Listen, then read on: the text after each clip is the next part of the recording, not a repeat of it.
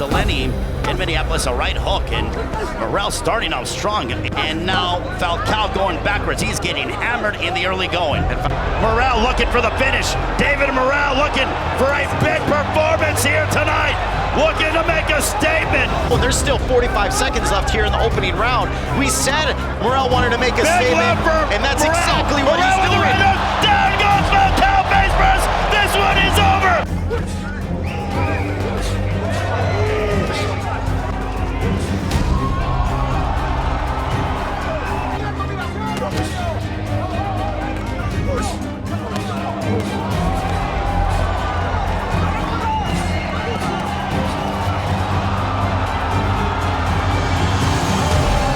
YouTube, what's good? You guys are locked in with your coach, Charles Salbox. So guys, it's finally happening. David Benavidez versus David Morrell. Two undefeated boxers who were once hunting Canelo, but instead found each other.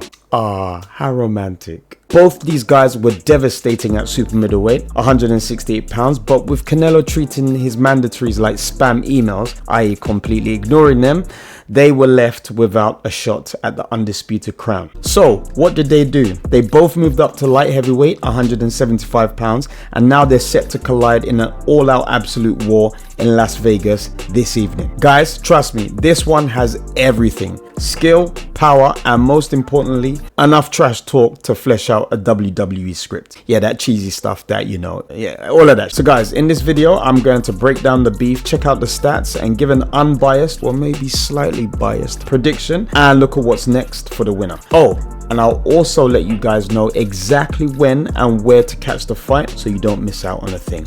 I got you. So guys, if you've been living under a rock and you've missed the press conference, let me dab you up real quick. So Benavidez and Morrell have been going at it like uncles fighting over the last chicken leg at the family barbecue. Yeah, you know what I'm talking about. We're talking about insults, threats, and enough physical altercations that would make you think that the first bell has already sounded. So it's been going down like this. First of all, Benavidez told Morrell that he's going to break his mouth because of some previous disrespect Morrell showed Benavidez's family. Morrell and Benavidez got into a heated exchange of words at a photo shoot. Can't lie, Benavidez was looking like he had too many tacos, and Morrell looked like some Temu version of Vegeta with his hairstyle like that. I mean, come on. They knew that they were going to be at a photo shoot. Come on. There's like, seriously, you knew and you turned up like that. So peep this. Later on, Morrell didn't shake Benavidez's hand and Benavidez got upset. So then later Benavidez pushed Morrell in the chest. Morrell didn't take too kindly to that, so he threw his belt at Benavidez, but it missed and hit one guy outside the ring. Poor guy. Probably just came to take pictures and promote the fight. Surprisingly, Morrell didn't really care that much, and he said that Benavidez was Robocop. Now, Benavidez called him out for this and said that he was a whole female genitalia, like the whole thing. Not part, the whole thing. But guys, real talk, I think Benavidez actually felt bad for the guy. So now he's been telling the whole world that he's going to break Morrell's jaw instead of his entire mouth. So yeah, this is A-grade WWE disrespect. But guys, remember, this may just be hype. So let's get into the numbers, because numbers never lie. So guys, a breakdown of the stats. We have first of all David Benavidez with 29 fights, 29 wins, no losses of course, 24 KOs, as a height of 6'2", a reach of 74.5 inches, has the orthodox stance, the traditional orthodox stance, and has a KO ratio of 82.7%. Now, his style, I would say, pressure fighter, relentless pressure fighter, insane volume punching, and has a gas tank that at this present time I have not seen depleted. So basically a nightmare if you stand in front of him.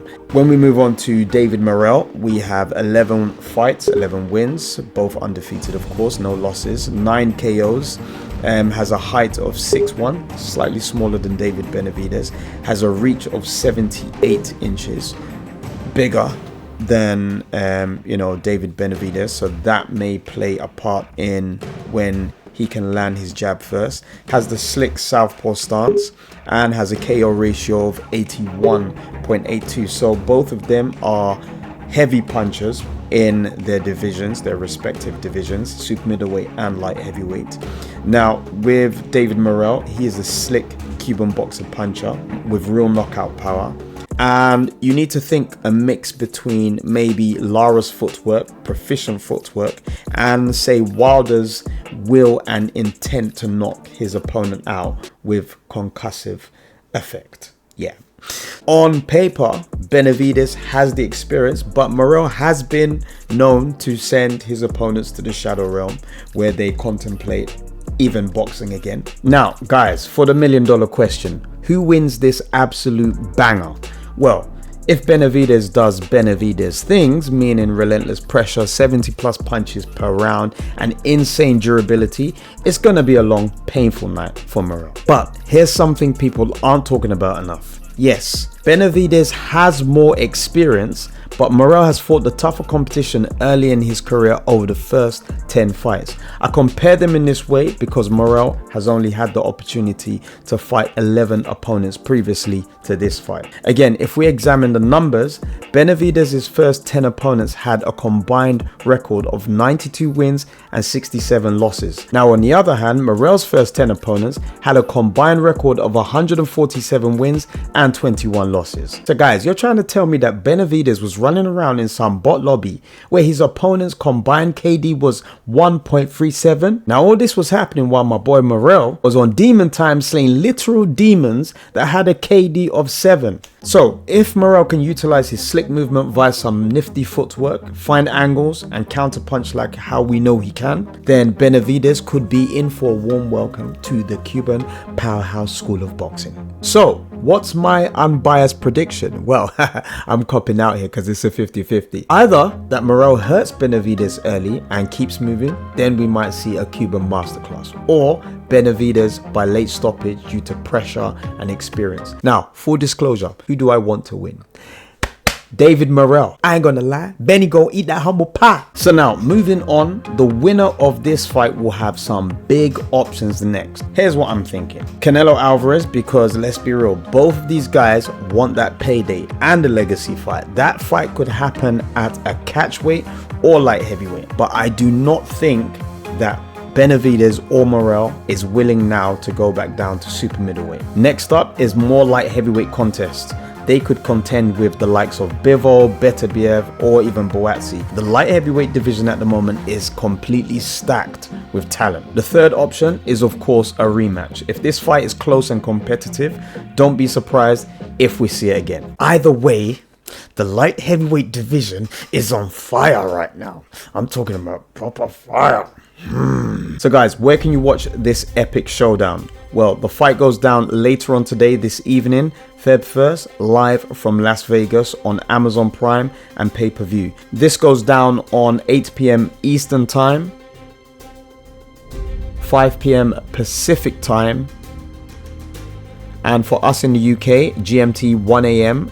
obviously Feb 2nd in the early hours of the morning. So now you know, don't be that person trying to find a last minute dodgy stream that looks like a Minecraft clip recorded with your mum's archaic BlackBerry phone. Anyway guys, before you go, drop your predictions down below in the comments. Who wins and how? I want to know, Benavidez or Morrell, KO or decision? Let me know guys. Also, don't forget to hit that like button and subscribe to the channel if you haven't done so already. And I'll see you guys in my next one. Peace.